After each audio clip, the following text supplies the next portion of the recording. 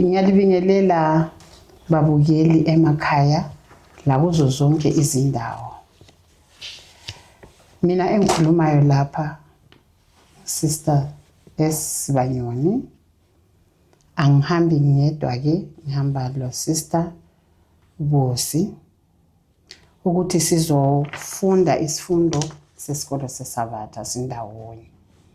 Singakangeni kulesi sifundo sizaqala sicele enkosini, siyacela uSister asise enkosini ngomthandazo. Singavala amehlo.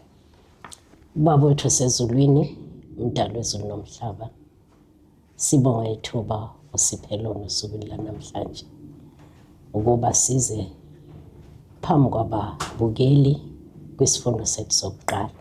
Thumela umoya wakho ingcwele ukuba usiphahle thina esifundisayo kanye nabalaleli. Konke lokhu sicela egameni elihle lomfelo wethu Jesu. Amen. Amen. Siyabonga Tata. Sifunda iSabatha October 4, 2025, isifundo sokuqala. So isifundo lesi i-headline ikhuluma ukuthi uJesu ephambi kwa-Anas noKephas. Ivesi lekhanda ngizolifunda lapha liku-Isaiah 53 ivesi 7. Lithi, yacindezelwa kepha noma yathotshiswa ayivulanga umlomo wayo, njengewundlu eliyiswa ekuhlatshweni nanjengemvu ethule phambi kwabagundi bayo, ayiwuvulanga umlomo wayo. Isiprofethi sika-Isaiah lesi sasikhuluma ngoJesu esiya esiphambanweni, indlela aphatha ngayo, indlela athonisiswa ngayo, nesimilo sakhe sifaniswa njengewundlu. Iwundlu siyalazi ukuthi lisebenza linjani, wahanjiswa njengewundlu ekuhlatshweni nanjengemvu iyathula phambi kwabagundi bayo engazange iwuvule umlomo. Sizakuzwa ukubanzi-ke uSister uzosichazela ukuthi kungani kuthiwa ayiwuvulanga umlomo. Kodwa phambi kokuba nenze lokho, ngizothanda ukufunda futhi ku-Desire of Ages ipage 679 lapho kukhulunywa khona ukuthi uKristu akazange ehluleke futhi akazange adangale. Kunjalo nje labalandeli bakhe kufanele babonise ukholo olufanayo lo uKristu alobayilo olwemvelo engapheliyo. Kuthiwa kufanele baphile njengoba wayephila futhi basebenze njengoba wayesebenza, ngoba beyame kuye uKristu njengomenzi wesimanga omkhulu. So angizukuchaza ke, ngizathanda ukuthi Sister usichazele ukuthi kukhona okuphawulayo yini phakathi kwelinkulumo ivesi lokuvula lo moya wesiprofethi engifundileyo. Amen. Kuhambo-ke lukaKristu lokuthi abe yimvu ethule phambi kwabagundi bayo, aphinde abe yiwundlu eliyiswa ekuhlatshweni kepha angavuli umlomo. Ngitholela na ukuthi uKristu kungoba wayene-purpose yokuthi kungani avume ahlupheke. I-purpose yawo ukuthi lesi sifungo wasenza ekuqaleni nobaba wakhe ukuba-ke asindise umhlaba ezandleni zikaSathane. So mawune-purpose awudangali futhi awuhluleki. Ubonisa ukholo kuze kufike ekugcineni. So nathi-ke kuthiwa njengabalandeli bakhe masiphile njengoba aphila, sisebenze njengoba asebenza, seyame kuye njengomuntu omkhulu. Amen. Amen. Uchaze kahle Sister, izwakale kahle le ndaba. Yikho-ke sizongena-ke esifundweni sethu sangeSunday. Ngaphansi kwesihloko esithi ngaphambi kwababusi bamaJuda. So uKristu siyazwisisa sonke ukuthi uwotshiwe lapha. Kusukela esifundweni sethu sesidlule sithiye beseGetsemane bemthatha bembopha. So bamhambisa-ke phambi kwababusi laphambi kwamaJuda. Umbuzo wethu ububuza ukuthi ngemva kokuboshwa kwakhe eGetsemane, so wathathwa ngamandla uJesu wayiswa phambi kukabani? Kungaphi lapha asiwa khona? Masifunda lapha ivesi sithola ukuthi wayiswa ku-Anasi. Kuyachazwa-ke nokuthi u-Anasi wayengumkhwe kaKhefasi, okusho ukuthi-ke uKhefasi wayengumkhwenyana ku-Anasi. So ngithathe kusho umoya wesiprofeti lethu kwakufanele ukuthi abone kuqala uJesu u-Anasi. U-Anasi wafisa ukuthi abone kuqala yena uJesu angakamusi kuKhefasi. Kumele kube khona lapho okuza wayemele abe khona lapho azwahlela khona isiboshwa. So ke kwakumele ukuthi athe ngasuka lapho ayiswe futhi kuKhefasi. So kuthiwa wayelobuciko u-Anasi ayebusebenzisa emsebenzini wakhe, futhi wayelobuqili, futhi wayelobuhlakani ukuthi leyo nto ababeyiplan ukuthi bayenze ngaleso sikhathi wayemele abe le assurance ukuthi uzoyenza engakamsi uJesu kuKhefasi. So ubi lapha uyabuza futhi uthi Ngaphambi kokuba undlule dade, asiphawule la eqeleni ukuthi-ke u-Anasi ubeyinhloko yomndeni wabapristi, futhi ngokuhlonipha izifiso zakhe eminyakeni yobudala bakhe, kuthiwa wamukelwa ngabantu njengompristi omkhulu, neseluleko sakhe sasidingeka futhi sisingathwa njengezwi likaNkulunkulu, ngoba wayenamava kulo msebenzi. So abantu babethatha ukuthi izeluleko zakhe zinhle futhi zifanele ukuthi zamukelwe. Yes, siyabonga sister uSithiwa wasikhumbuza lokho, futhi izeluleko zakhe kuthiwa zazithathwa ukuthi zibuya kuThixo, zazibuya kuNkulunkulu. Right, siyabonga. Ubi lapha yibapha abafundi abalandela ukuqulwa kwecala likaKristu bemikude na? Yibapha abafundi esifunde ngabo?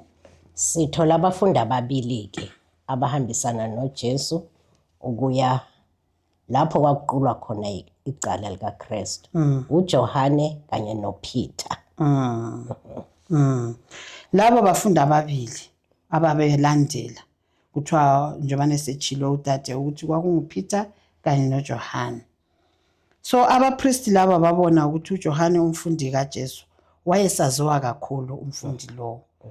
Bamvumela ukuthi angene ehall la uKristu ayethonisisa khona. Babelethemba, ngabuza usisile sister ukuthi umoya wesiprofeti uthi babelethemba lani? Ithi babe nethemba lokuthi njengoba ebona ukuthotshiswa komholi wakhe, wayezodelela umbono walowo oyindodana kaNkulunkulu. uJohane wakhuluma kahle ngoPeter, naye wamzuzela ukuba angeniswe. Siyabonga.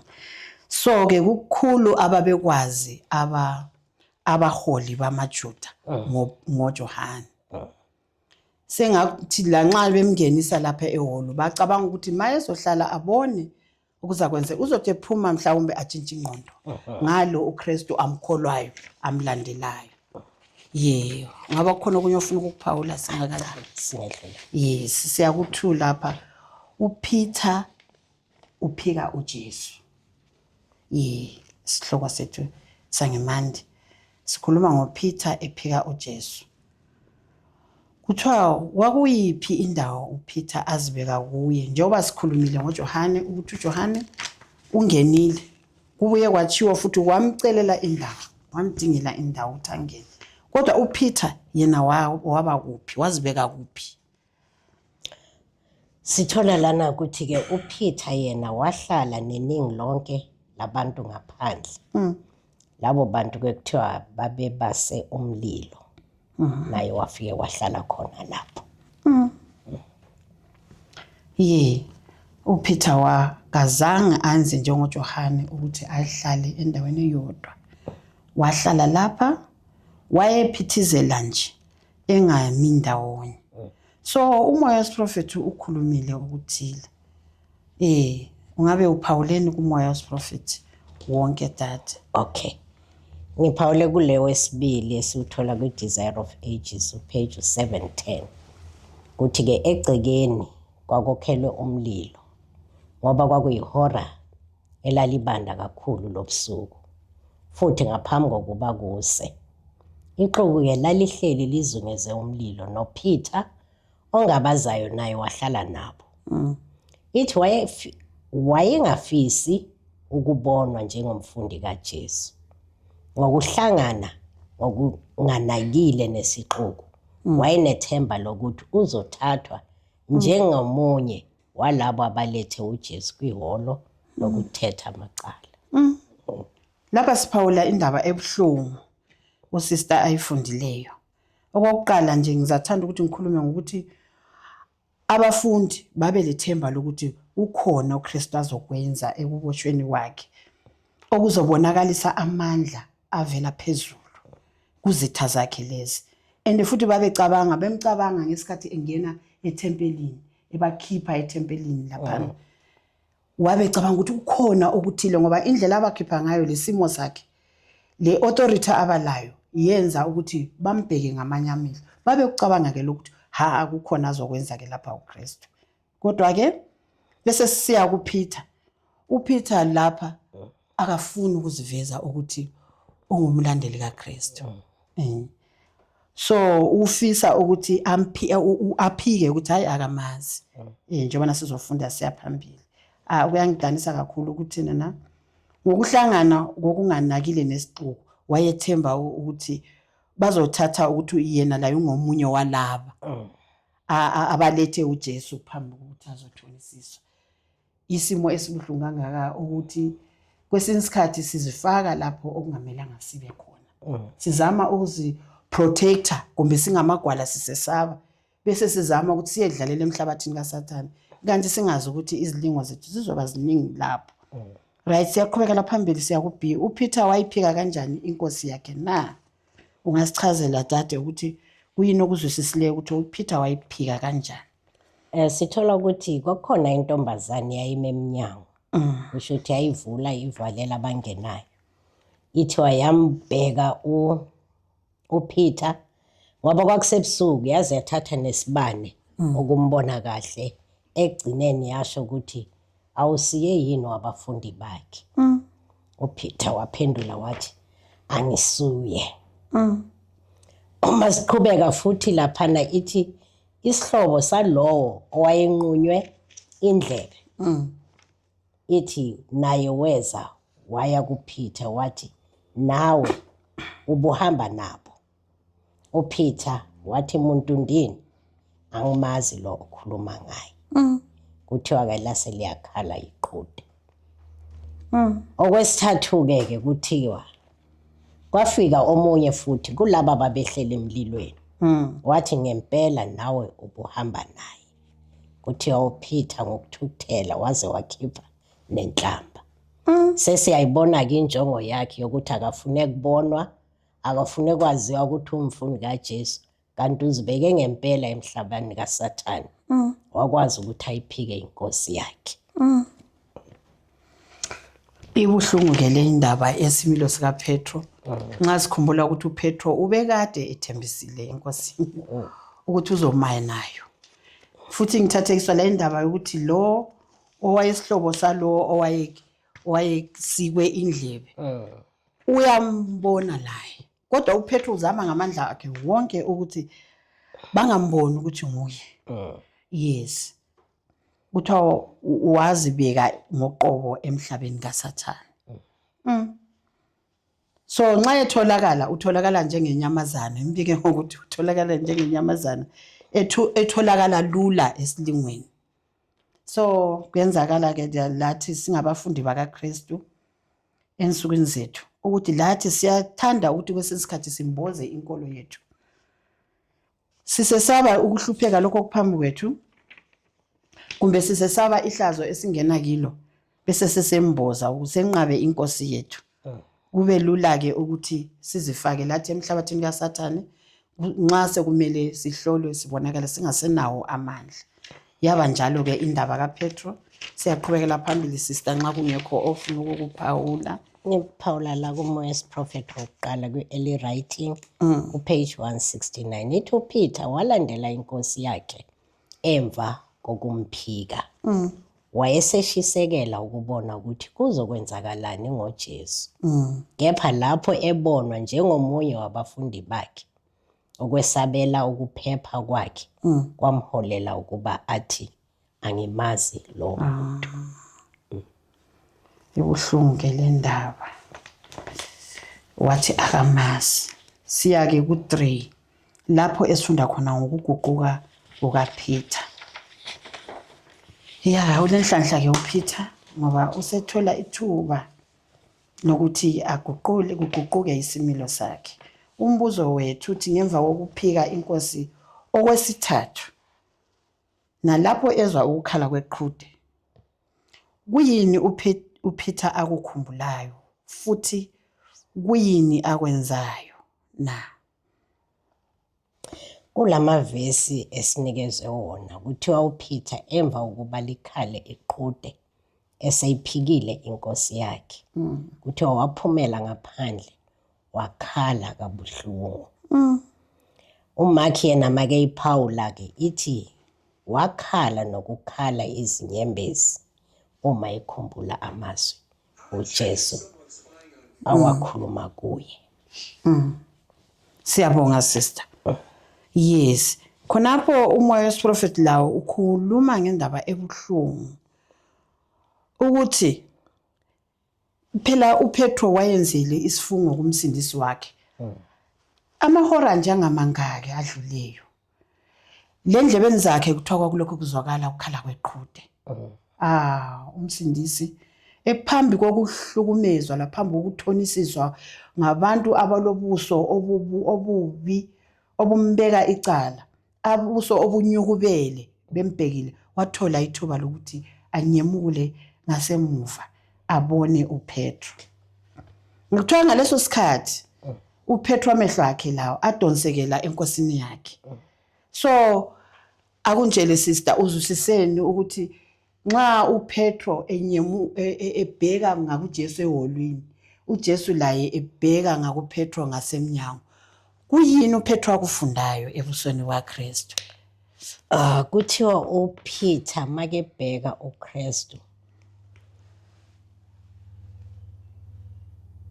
wakhumbula usizi lwakhe lapho umsindisi emtshele ekamelweni eliphezulu ukuthi uzoyiphika inkosi yakho kathathu ngalobo busuku. uPeter esanda kumemezela ukuthi akamazi uJesu, kodwa manje ngosizo lobuhlungu waqonda ukuthi inkosi yakhe iyamazi nokuthi yayiqinisile ukuthi ifundile inhliziyo yakhe namanga angaziwa ngisho nanguye. Kodwa ke umbono omuhle awubona ebusweni bukaKristu, wabona uthando, intethelelo, ubumnene uKristu abubonise, yayingekho intukuthelo. So yiko lokho kwenza ukuthi ngempela akhale kabuhlungu uPeter. Ngiyayithanda sister indaba oyikhulumayo, ikakhulu oyikhuluma ukuthi ebusweni bukaKristu uPetro wafunda ubunene. uKristu wabona ukujula kozwelo futhi wabona ukuthi intukuthelo kayikho. uKristu ungumsindisi omangalisayo. Akamthukuthelanga uPetro akambuzi ethi didn't I tell you, angikutshelanga ukuthi uzongiphika? Kodwa uKristu ubonakalisa ibuso obumthethelelayo uPetro lanxa engakavumi. Siyabonga sister. uB lapho uthi umfundi odumele kukuphi lapho ayakhona emva kokuhlanganisa amehlo akhe loKristu lapha, wasuka lapho waya ngaphi? Kanti futhi umoya wesiprofeti uzosiphendulela ukuthi yaba yini imbangela yesono esikhulu na? Umfundi ke lona kuthiwa emva kokukhala waphuma engazi ukuthi uyaphi, kodwa ekugcineni wazithola ephakathi ensimini yaseGetsemane. La umoya wesiprofeto ke mawuphawula kuyo iDesire of Ages uthi isehlakalo samahora ambalwa adlule sakhanya engqondweni yakhe, ubuso obuhluphekile benkosi yakhe bungcoliswe umjuluko wegazi futhi bugcwele usizi, wema phambi kwakhe. Wakhumbula ngokuzisola okubuhlungu ukuthi uJesu wakhala ngomkhuleko wosizi eyedwa. Lapho kwakufanele bahlanganyele naye ngesikhathi sehora lesilingo, bazunywa ubuthongo. Konke lokhu kuyabuya manje kabusha emqondweni kaPeter ukuthi inkosi beyisinxusa ukuthi ningelinde nami ihora libe linye na. Futhi waze wambiza ngegama uPeter wathi hawu nawe Peter ulele. So lokwambonisa ukuthi ngempela inkosi beyingazi, kepha ngehluleka ukuba ngilinde, ingakho ngingene kulesi silingo. La sibona ukubaluleka komkhuleko, ukuthi ngempela umkhuleko uyasisiza ukuthi noma izilingo zifika sikwazi ukumelana nazo ngendlela efanelekile. Amen. Yes. Khonapho ekugcineni umoya wesiprofeti ukhuluma ngakho ukuthi ngabe bakhubeka belinda kanye loKristu. Ngabe bakhuleka ngesikhathi uKristu ebanxusa ukuthi bakhuleke naye. Babe ngasoze bangene ekulingweni. Wayengasoze angene ebuthakathekeni lobabakho abangena kubo obokuphika inkosi yakhe. Siyabonga.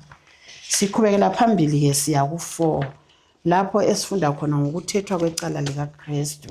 Njengoba sizwile ekuqaleni kwesifundo sethu ukuthi uKristu usiwe phambi kwabani ukuthi bathethe icala lakhe, phambi kaAnnas la phambi kwaKhayifasi. So siyaqhubeka ke sizwe ukuthi kambe lathatha kanjani icala likaKristu. Kule mbuzo lapho yayibuzwa umpriest omkhulu Annas. Kuthiwa umbuzo muni awubuzayo, lawo mbuzo wayeuqondise kuKristu ngqo. Wambuza wathini? Kuthiwa ke lawo Annas wambuza ngabafundi bakhe nangemfundiso yakhe. Kepha lamase iPaula la ku-Desire of Ages page 69 uthi uma elahlwa icala lokuvukela umbuso bekuzovikela uKristu ukulahlwa ngamaRoma. Kwicala lesibili Annas azama kuqala ukusungula. Wabuza uJesu maqondana nabafundi bakhe nangemfundiso yakhe enethemba lokuthi isiboshwa sizosho ukuthize okuzomnikeza into okufanele ayisebenzise. Wayecabanga ukuthi angachaza amazwi azofakaza ukuthi wayefuna ukumisa umkhandlu oyimfihlo ngenhloso yokumisa umbuso omusha. Kanjalo ke abapristi bakwazi kumletha kumaRoma njengophazamisa ukuthula nodala ukuvukela umbuso. So yileyo nto umbuzo awabuzwa nguAnnas. Engile elethemba futhi engile confidence ukuthi uAnnas wayebuza nje, wayeyazi doctrine uKristu ade ayifundisa. Ngoba njengoba nasizozwa phambili uKristu wayefundisile bonke babeyazi lemfundiso ayifundisa, but wayefuna ukuthi yena ngokwakhe uKristu atsho ngomlomo wakhe phambi kwabantu lezi zathu lezo akade ezifunela khona maqondana lombuso waseRoma. Wayefuna ukuthi uKristu abe nguye okhuluma lawo mazwi. Right, siyaphambili lapha kubhizi lapha sizwa ukuthi asilandise ke ngokubekezelela isilingo lesi uJesu abebhekane laso. Wabekezela kanjani uKristu? uKristu uyaqhubeka la uphendula uAnnas uthi ngikhulumile obala ezweni. Bengifundisa esinagogeni izikhathi eziningi nasethempelini lapho kubuthene amaJuda. Angikhulumanga ngasese, ubuzelane mina. Buzabona engikhulume kubo, bayakwazi engakusho. Impendulo kaJesu. Right, ngokutsho njalo ke kwagcwaliseka isiprofeti esikuIsaiah 53 verse 7 esithini sister nxa ungasikhumbuza la ngevesi lokuvula esikhuluma ngani ukuthi uJesu isimo sakhe saba njani? Ithi laphana masivula isifundo sethu ukuthi walethwa ithi wacindezelwa kepha noma yathotshiswa ayuvulanga umlomo wayo. Njengewundleliswa ekuhlatshweni nanjengemvu ethule phambi kwabagundi bayo ayuvulanga umlomo. Umoya wesiprofethi ukhuluma ukuthi isikhonzi sompristi omkhulu yayi impendulo le uKristu abanikaza yona ayibaphathanga kahle. Watsho wathi how uphendula kanjani umpristi omkhulu? Uphendula kanjalo umpristi omkhulu? Yena uKristu ephendule wathini? Ebuzile ukuthi bengifundisa emasinagogweni. Bengifundisa openly, bengihamba ngisenza imisebenzi openly. Kodwa kwamcasula. So angabe kukhona yini okunye usiya phambili ngomoya wesiprofethi okuphawule ngesimo lesi umpristi aphatha ngaso inkosi yethu. Sithola la nokuthi amaJuda indlela babemlindele ngayo uKristu iyona leyenza ukuthi bangamamukeli seke khona. Ithi ayelindele uMesiya kuba abonakale ngombukiso wangaphandle. Babemlindele ngolunye uhlobo lwentando enkulu ukuguqula imicabango yabantu manje nokucindezela kubo ukuvuma kobukhulu bakhe. Kanjalo uma bekholwa wayezogcina ukuziphakamisa kwakhe enelise amathemba abo okufisa izinto ezinkulu. Yingakho lapho uKristu ephatha ngokweyiswa kweza kuye isilingo esikhulu sokubonisa isimilo sakhe esingcwele. Ngezwi ngokubheka wayengacindezela abambeka icala kuba bavume ukuthi uyinkosi ngaphezu kwamakhosi nangaphezu kwababusi naphezu kwabapristi ethempelini. Kodwa bekuwumsebenzi wakhe onzima ukugcina isikhundla asikhethile njengalowo ozothile. Ebuntwini bakhe uKristu ibona bamcindezela ukuthi makazothe. Futhi kakhulu ngoba wayazi inhloso yokuthi uzophumelela uma ezithobile. Angaziphakamisi njengalababusi abafuna ukumbeka icala. Futhi kwamsebenzela lokho kakhulu. Engibona ukuthi nathi kuyisifundo ukuthi uma sincipha ngempela ekukhulumeni kuningi sizokunqoba. Siyabonga tata, siyabonga. Icacile sibili indaba oyikhulumayo futhi ibalulekile. So singakadluleli lapho ukugcina sizongithanda ukuthi ngifunde ukuthi uKristu kuthiwa wahlupheka kakhulu ngaphansi kokuhlukunyezwa futhi ethukwa. Kambe ucabanga ukuthi uKristu wahlukumezeka ezandleni zabantu abadalileyo, labo abangubo futhi abenzela umhlatshelo ongunaphakade. So wathola ukudunyazwa ngabantu azobafela abathandayo, kodwa yibo abamhlukumezayo. Kuningi ngeke ngakufunda lapha, kodwa okusemqoka kwabonakalisa abantu lanxa babeswela ulwazi babonakalisa inzondo enkulu kakhulu ngomsindisi. Le nzondo akuthiwa yayidalwa nguSathane. Siyakwazi ukuthi uSathane from the beginning wayevele efuna ukuchabalalisa icebo lensindiso. Nanti icebo lensindiso selisiyaphumelela. uSathane uvusa umoya ebantwini ukuthi babe izitha ezingaka kuKristu. Siyabonga sister, siyaqhubekela phambili ke ku headline yokugcina esifundweni sethu lapho esifunda khona ukulahlwa ngenxa yokuzazisa. Umbuzo wethu uthi lapho engathola ubufakazi obenelisayo ukulahla uJesu, yimuphi umbuzo uCaiphas awuletha kumsindisi na? kuMathewu laphana 26 verse 63. Uthi ke lana uJesu wathula, yena-ke wasithi ngifungise uNkulunkulu ophilayo ukuba usitshele uma unguKristu indodana kaNkulunkulu. Umbuza ubuzayo ukuthi unguKristu yini indodana kaNkulunkulu? Ufuna uKristu aconfesse ngomlomo wakhe aphendule. Kodwa laphana kuB impendulo kaKristu umphendula athini lapha uKristu? Impendulo kaKristu wathi usho khona nokuthi ngithi kini kusukela manje nizobona indodana ihlezi ngakwesokunene samandla ezulwini iza emafini ezulu. Kuthiwa ngaleso sikhathi umpristi waqebhula izingubo zakhe wathi usehlambalazile. Kalokho nikuzwile ukuhlambalaza nithini-ke nina? Bathi ufanele ukufa. Angazi noma ungagcwalisa-ke dade la. Yes. Ngithathekiswa yileyo impendulo yokuthi uKristu uyachaza isimo sakhe. Uqala athi uchilo wena. Of course wayesechilo. Kodwa instead ukuthi athi yes, I am the son of God. Akasho njalo. Uthi masinyazana nje uzoyibona indodana yomuntu ihleli ngosokunene kwaThixo. Sekhuluma ngobunye bakhe lo baba, uphakamisa ubaba. Abese sithi sitting on the right hand ehleli ngakwesokunene nene. Lapho esikhuluma futhi eveza kabanzi ngejudgment. Ezojaja yena lo othi umfumana elecala lo dabula izingubo zakhe. Abese sithi coming with the clouds of heaven.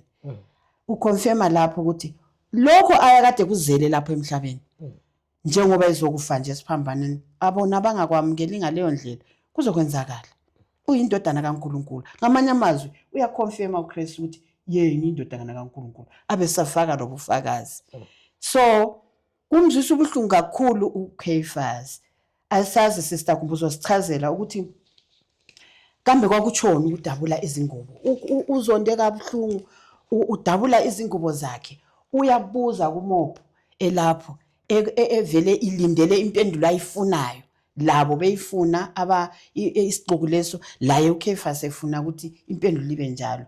Uthi lisizwele lonke, you have heard the blasphemy. What is your verdict? Bakhuluma ngamandla amakhulu bathi death, he deserves to be put to death. Umele afe. Yabo.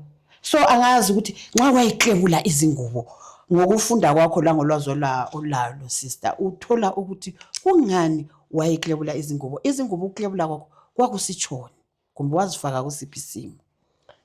Ngokuklebula izingubo kuthiwa wazifaka esimeni sokulahlwa nguNkulunkulu. Ngoba uNkulunkulu mayekhuluma noMose ebeka abapristi ukuthi kwakungafanele baqebule izingubo zabo. Kuthi-ke ngaleso senzo uCaiphas wabonisa ukuthi uphelile umsebenzi wakhe njengompristi. Noma yena wayenze ngathi ubukisa ngoJesu kubantu, kepha yena wazilethela isiqalekiso kuNkulunkulu. Futhi-ke uJesu sitholile lapha necaleni ukuthi wathula. Kepha la kuMoya wesiprofethi wesibili iyachaza la nithi ngalesicelo uKristu akuvumanga kubathuli. Kukhona isikhathi sokuthula, kukhona isikhathi sokukhuluma. Akazange akhulume aze abuzwe ngokuqondile. Ubazi ukuthi uma ephendula manje uzokwenza ukufa kwakhe kuqiniseke. Kodwa isikhalo besenziwa ngokuvuma kwegunya eliphakeme lesizwe nasesigabeni salo ophakeme kakhulu. uKristu angeke ahluleke ukubonisa inhlonipho efanele ngenxa yomthetho. Ukudlula lokho, ubudlelwane bakhe noyise kwalethwa njengombuzo. Kufanele ke afakazele ngokusobala isimo somsebenzi wakhe. uJesu wathi kubafundi bakhe, ngalokho ke yilo nalo uyakuvuma phambi kwabantu, nami ngiyakumvuma phambi kukaBaba osezulwini. Manje ngesakhe isibonelo waphinda leso sifundo. Kusho ukuthi wafinyelela lapho ukuthi angisoze ngithule, angibeke lobudlelwane bami noBaba. Babazi bonke ukuthi ngila ngoba ngithunywe uBaba. Ngithunywa nguBaba. Futhi lo baba omthumileyo ulo uCaiphas afunga ngaye. Nxa eqala ukukhuluma inkulumo yakhe efuna impendulo ejuliyo kuJesu, phakamisa isandla sakhe ufunga ngoNkulunkulu ophezulu. Yiyo lo uNkulunkulu uKristu amfuna umtshengisa yena ukuthi uzombona, uzangibona mina sengihlezi ngasokunene sikaThixo. So isenzo lesi sika Caiphas sokumnikela uJesu yena embona ukuthi akalalo icala. Kuthiwa wamlahla uKristu ngenxa yokuzazisa. Wafuna ukuthi idignity yakhe lo msebenzi wakhe abantu bamrecognize ukuthi yena ungubani, ngokubathokozisa ukuthi abanike uKristu ukuthi bambethele bambulale. So isifundo sethu sibuhlungu sister, kodwa isifundo sethu sisinika igunya lokuthi icebo lensindiso selipheleleliso, ngoba injongo kaKristu esuka ezulwini, ukhulumile siqala isifundo ukuthi ipurpose yakhe kwakukubana azohlenga umhlaba esonweni. Yethi uKristu kweyindawo maye kulowo indodana yomuntu izile ukusindisa lokuhlenga okulahlekileyo, kodwa maye kulowo muntu ukuzogcwaliseka umbhalo ngaye. Engikuthandayo futhi lana ukuthi uJesu mayekhuluma lamazwi ukuthi kusukela manje niza kubona indodana yomuntu ihlezi ngasekunene samandla iza ngamafu, ithi kukhanya kwasezulwini kwabonakala kukhanyisa ubuso bakhe obaphaphathekile lapho engeza. So izulu laloku lizibonakalisa ukuthi lo uyindodana yami, lo izikhathi eziningi. Ingakho kuthiwa lezi zehlakalo zikaKristu kusukela ekuthethweni kwecala kuze kufike ekubethelweni kuyoba umbukiso wonke umuntu othe wabona konke, and kwenza abantu ukuthi noma uKristu efile abaningi bazoguquka esebethelwe esiphambanweni. Amen. Siyabonga sister. Isifundo sethu ebesisiphethe siphilela lapha. Ngingazi ukuthi kungaba khona okunye ongakufinqa kancane ngesifundo sethu ukwenze ukuzwa abalaleli emakhaya, labalaleli lababukeli kuzindawana zonke nje bazwisise kabanzi ukubana besikhuluma ngani, besigxile ngani nxa sikhuluma ngoJesu ephambi kwa-Anas noKhefasi, or kuyinozitholele khona ongakufakazela abanye. Engikutholile ke lana ukuthi sonke siza kuma ezinkantolo, hayi ngokufana umuntu ngamunye ngamunye, kepha ukholo lomuntu kumele lugxile ukuze akwazi ukumelana nalezo zikhathi, nokuthi-ke simele ukuba silinde ngokukhuleka ukuze singangeni ekulingweni. Amen. Siyabonga babukeli emakhaya, isifundo sethu siphela lapho.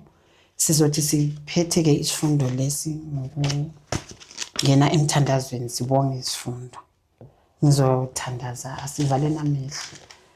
Baba wethu lomusa usezulwini ukuphakameni, silibonga leli thuba lapho sivumele khona Nkosi ukubana sifunde ilizwi lakho. Siyacela Nkosi ukubana umoya ingcwele sengathi angagcwalisa lapho esingabekanga khona amaqiniso azwakala ebantwini, lalapho esenze kahle Nkosi usibusise, usikhanyisile lathi ukholo lwethu luthuthuke luye phambili ngalezo zifundo, ikakhulu ngenhlawulelo uKristu asenzele yona. Sengathi Nkosi ungasibusisa sonke kuzindawana lapho esikhona, ngoJesu msindisi wethu. Amen. Amen. Siyasibonga lesi sifundo babukeli labalaleli emakhaya. Sithemba sizohlangana futhi kusifundo esizayo lapho esizabe sifunda khona ngoJudas Iscariot. Inkosi ilibusise lonke. Amen. Amen.